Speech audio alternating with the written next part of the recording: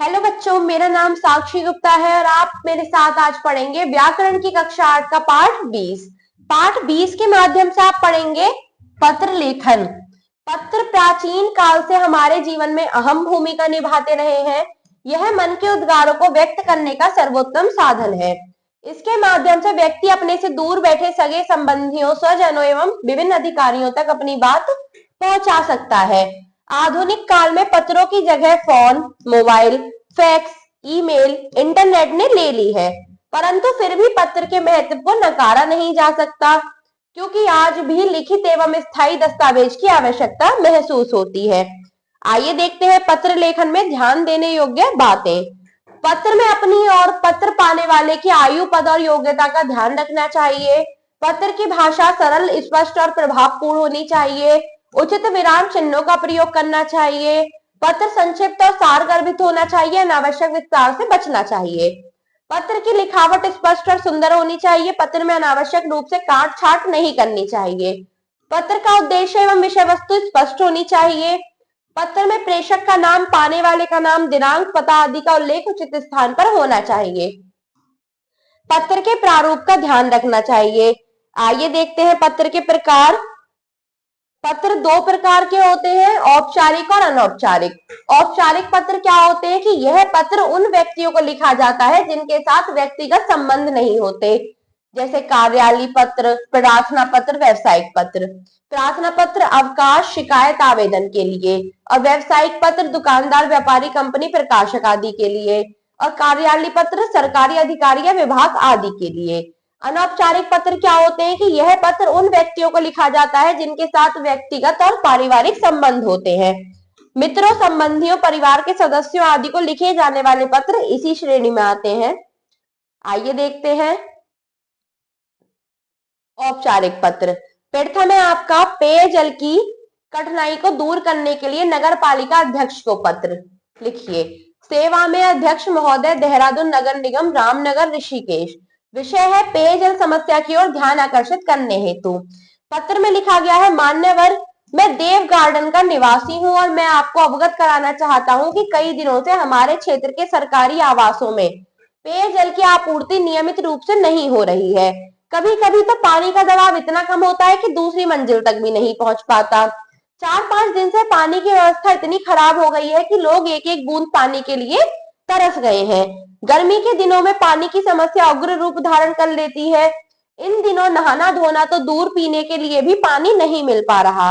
चारों ओर पानी के लिए त्राही त्राही सी मच गई है। पानी सुचारू रूप से ना मिल पाने के कारण लोगों की समस्याएं बढ़ गई हैं। अतः आपसे अनुरोध है कि पेयजल की समस्या को दूर करने का प्रबंध करें, जिससे इस क्षेत्र के निवासियों को पर्याप्त मात्रा में पेयजल उपलब्ध हो सके। धन्यवाद। आइए धन्यवाद। भवदीय वरुण कुमार, देव गार्डन, नई दिल्ली। दिनांक इसमें वो लिखी जाएगी जिस दिनांक को ये पत्र लिखा जाता है। अगला पत्र है, परीक्षा के दिनों में बजने वाले लाउड स्पीकरों को बंद करवाने हेतु जिलाधीश को पत्र लिखिए। सेवा में जिलाधीश महोदय, चौधरी नगर, नई दिल्ली। विषय लाउड स्पीकरों के शोर को बंद करवाने हेतु। मान्यवर, इस पत्र के माध्यम से हम आपका ध्यान शहर की एक मुख्य समस्या की तरफ आकर्षित कराना चाहते हैं कि विद्यार्थियों की वार्षिक परीक्षाएं स्कूलों में प्रारंभ होने वाली हैं, परंतु हमारे घर के पास ऊंचे शहरों में लाउड स्पीकर बजने से बच्चों की पढ़ाई में व्यवधान उत्पन्न हो रहा है। पड़ोस में विभिन्न स्थानों पर, गलियों में व्यापारी वर्ग विज्ञापन के लिए तथा सिनेमा घरों द्वारा चलचित्रों के प्रचार के लिए इन लाउड स्पीकरों का प्रयोग किया जा रहा है।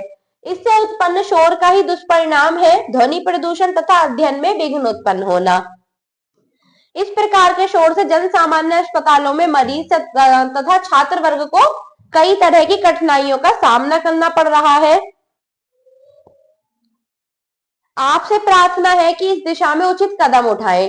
अनावश्यक रूप से बजने वाले लाउड स्पीकरों को प्रतिबंधित कर दें, ताकि हमें शांत वातावरण मिल सके तथा हम मानसिक संतुलन एवं एकाग्रता के साथ अध्ययन का लाभ उठा सके। धन्यवाद। भवदीय गौरव वर्मा, साकेत, मेरठ। और दिनांक जिस दिनांक को पत्र लिखा जाएगा।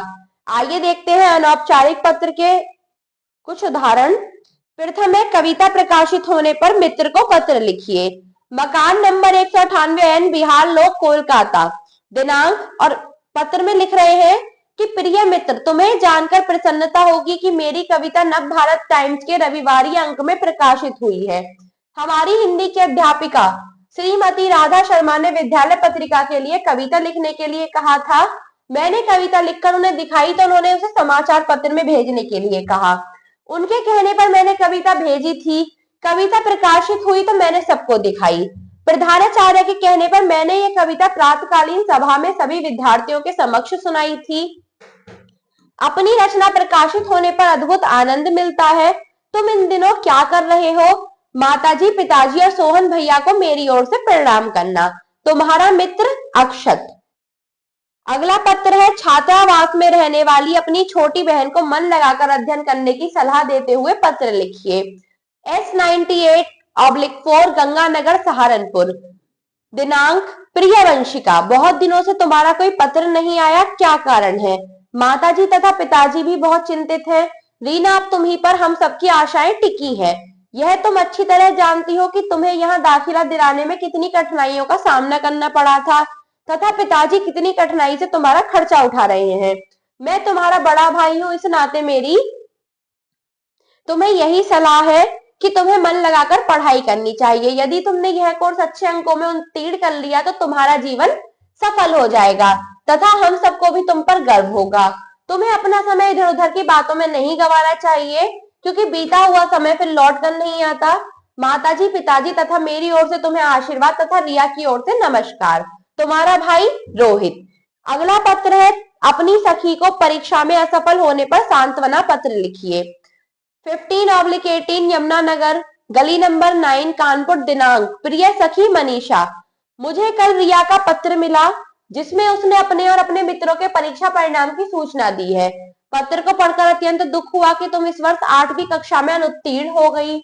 प्रिय सखी, तुमने पूरे वर्ष बहुत परिश्रम किया था, अपनी पढ़ाई बहुत मन लगाकर की थी। हाँ, 2-3 महीने पहले तुम्हारा स्वास्थ्य सही ना होने के कारण तुम्हारी पढ़ाई के मार्ग में अवश्य बाधा आई। तुम्हारे परिश्रम को देखकर कोई अनुमान भी नहीं लगा सकता था कि तुम्हें असफलता का मुंह देखना पड़ेगा। खैर, जो कुछ हुआ सो हुआ, अब तुम्हें आगे का सोचना है। तुमने यह तो अवश्य ही पढ़ा होगा कि मेहनत सफलता की सीढ़ी है।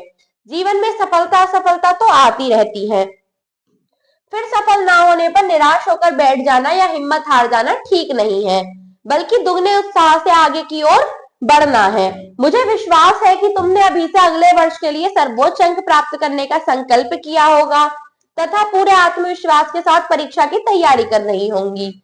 मेरे योग्य कोई सेवा हो तो लिखना। आंटी तथा अंकल को नमस्ते कहना व सबको प्यार।